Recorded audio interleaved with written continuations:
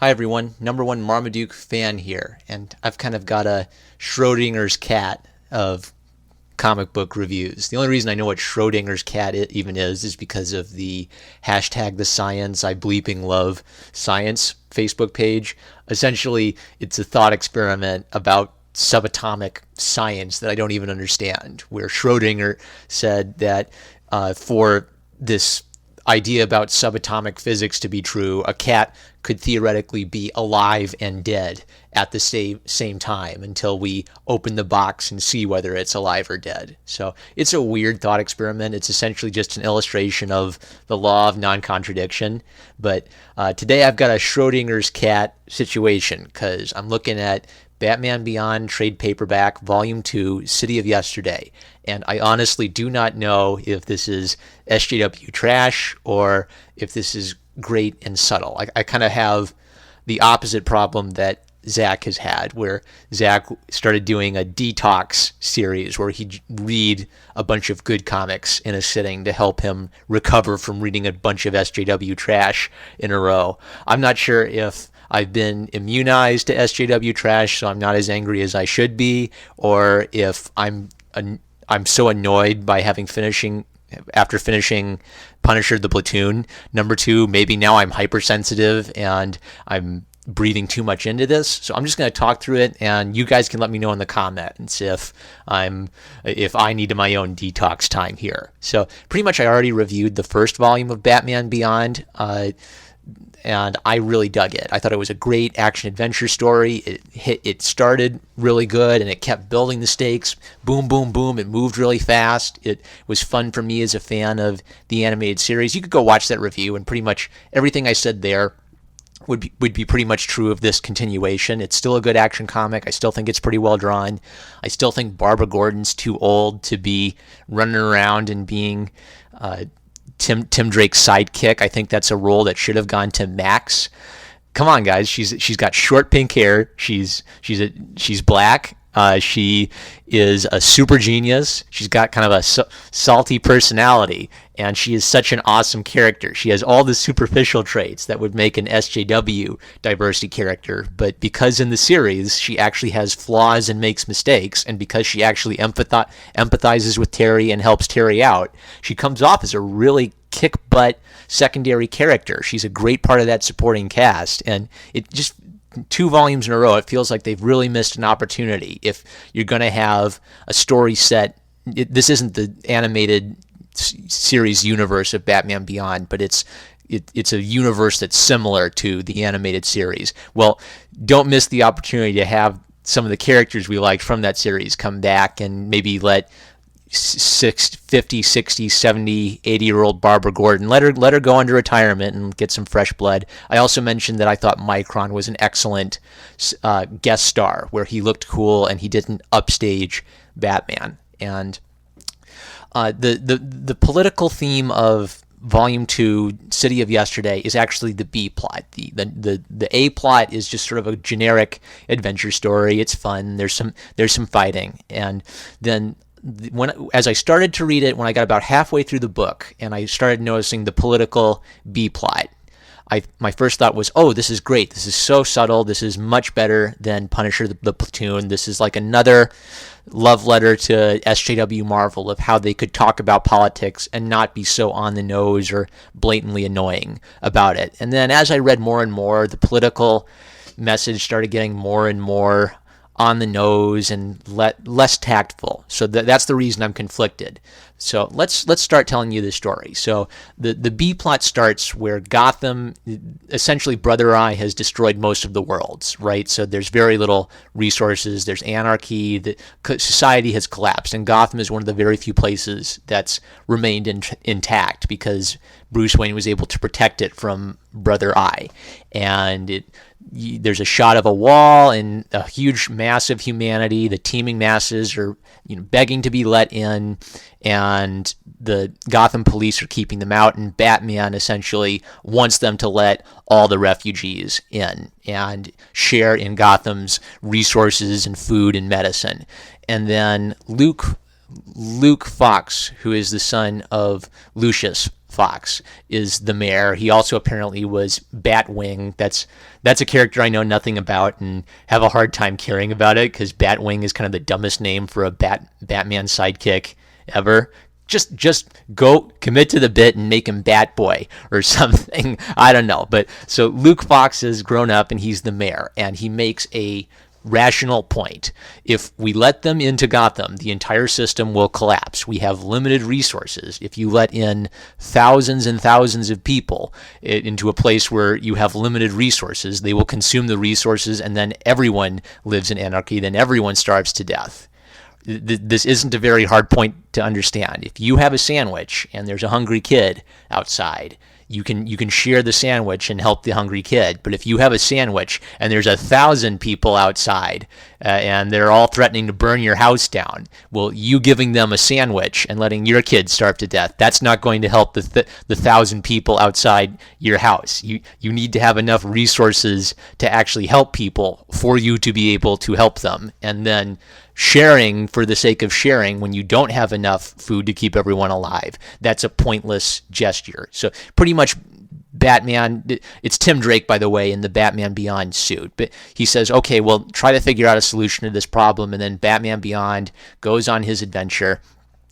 And every once in a while they'll cut away from the Batman Beyond adventure to show this immigration, the wall parable. And Barbara Gordon and Luke Fox keep sending out boxes of food and medicine out to the crowds outside. And one of the Gotham cops essentially makes the comment that I have a sick kid who needs medicine. Why should they get medicine and my kid doesn't get medicine? And here again, I was still kind of digging this because it's allowing a two perspectives to be voiced. So obviously the Gotham wall seems to be a comment on Trump's wall. This all seems to be a comment on the refugee crisis and immigration policy, where Batman and Barbara Gordon are arguing for letting people. Well, that's not fair. Barbara Gordon isn't just letting them in, but they're arguing for letting all these refugees in and let them share all the resources in Gotham. And then people like Luke Fox are being a little bit realistic and talking about the reality that they don't have enough resources to go around. The cop on the beat in the Gotham Police Squad is making the point that if we're handing out free medicine, well, where's the free medicine for my kid? If you're gonna get, why do their kids matter, but my kid's life doesn't matter? And then Barbara says, well, if you can't follow orders, then I expect you to resign. And then shortly after that, the crowds of people blow up the gate to Gotham's wall, and they start bursting in with what looks like tanks and heavy weaponry, and we get this nice little Workers of the World Unite speech. People are dying out there because you thought you could keep what you have. Your food, water, and medicine, it's not just yours anymore. From now on, it belongs to everyone. So what we have now is the refugees are starting a Marxist revolution. They are planning to burn and steal and destroy stuff and take property away from the people of Gotham and redistribute it to themselves. This is a violent revolution. So still, I was still on board at this point. It still felt like this was kind of even-handed. They weren't making the anti-immigration position out to be evil fascist Nazis and the pro-immigration position to be wonderful, moral, decent people, sad pictures of children and puppy dogs. It felt balanced. It felt like the people who didn't want to let all these refugees in had a good point. It felt realistic that these refugees who are hungry and dying, that they would resort to violence as a way of getting what they want, because this is a fight over resources to stay alive. When survival is on the line, people put their survival first. The situation continues to escalate, and this is where it starts getting a little cringy and a little stupid. So Barbara Gordon, I guess she's supposed to be 40 or something. I can't tell whether she's supposed to be 50 or 60 like she was in the animated series and they're just drawing her too young, or if somehow in this universe she's still 30 years old or something. But Barbara Gordon says that we're showing them that our intention is peaceful. She's telling her officers to stand down, and one of her officers says that when these savages are stealing everything we've got? No way. And then Barbara Gordon punches the officer and knocks him out. Yeah, right. I do not believe that if you were in a situation where hordes of people had blown up a gate and were driving down the street in a tank promising to steal everything and redistribute it to everybody, I don't believe that any responsible police commissioner, that their response to that would be to turn around and punch one of their police officers, because we got to show them we're peaceful guys. We got to show them we're nonviolent. The crowds of people, the Marxist revolutionaries, have already escalated this to the point of violence. There's no going back. There's no sitting down and talking it out with a mob of raging people who are breaking stuff. We're past that point of no return. And then it keeps going. Then you flash forward a few scenes, and Micron is saying, "Tell your people to stand down, Barbara Gordon. We can't let people go into war over bags of rice." Well, the people who instigated this war are the crowds of refugees. And then Superman shows up. It's Superman's son. And he says, "The Justice League is back. We must rebuild." And here's his speech. And this is where I went initially from really liking this story and thinking, yeah, it's kind of a comment on the wall, but I was thinking the whole time that it's balanced and it's fair and it's much better than SJW Marvel. And then when we get to this speech from Superman, I really got skeeved out. Says Superman, all of you have skills, talents, and abilities of your own. You must use those talents to work together to rebuild Earth and make it better than it was. Use your different experiences to make sure you all have what you need. Don't focus on yourself as individuals. Unite. Join together so that we can live and shape our future in unison. And then Micron, being, I don't know, is it the inverse, converse, or contrapositive of a cuck? And Micron says, "Way to lay it down, Superman. Nothing like some good old-fashioned collectivism." Good grief. This illustrates so well the tone deafness of these writers, okay? If I have a kid, we're imagining I'm a resident of Gotham City in this post-apocalyptic world, and I've got a kid. Well, let's say I'm single. If I'm single in this post-apocalyptic world, it's one thing for me to say, well, I'll share my sandwich with these poor starving people. I'll risk starving to death to help them stay alive. But if I have a family, then the calculus is different, because if I've got little boys and little girls and I'm sharing my food, then it's not just my life that I'm sacrificing. It's the lives of my children I'm sacrificing. So you're darn right. In a situation where I have enough food to keep my family alive, and I'm being asked to share it with masses of people, I'd rather keep my family alive than have my family die and the masses of humanity die, because there's not enough food to go around. And it's not selfish for me to do that, because I am looking after my own family's interests. And this gets at a big, huge political problem about individualism and collectivism. I don't know where this comes from. I heard it from Ben Shapiro. He might have gotten it from someone else, but some progressive was giving a speech about caring for all children and treating them all and sharing everything. And Ben Shapiro, or whoever he was quoting, asked the question, what are my children's names? If you care about the collective so much, if you want to put aside individualism and care about the collective, then what are my children's birthdays? What kinds of foods do they like? Are they picky about mac and cheese or spaghetti? Why don't you know this if you care so much about the collective and my children? And it's a powerful point.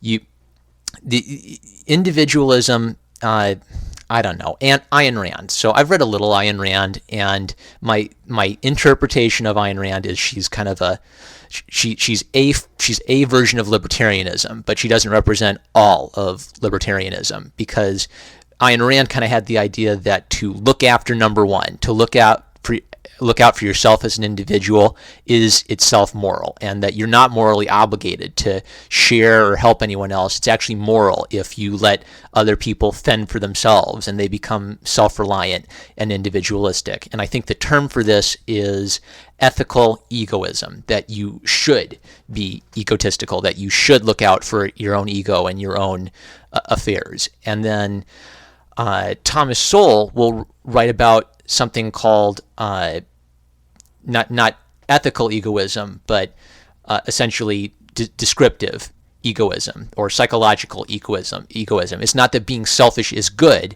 It's just factual that people are selfish and look out for their own interests. So, and there's no way around that. You can't make a parent whose children are starving care more about some child half a country away or half a world away more than they care about their own child. We may care about the plight of other people to a degree because we're concerned for humanity, we're concerned for our fellow man, we're concerned for posterity. But when push comes to shove, we care about our children and our fathers and our mothers and our sisters and our brothers and our husbands and wives. We look out for our family first, and that's a form of that.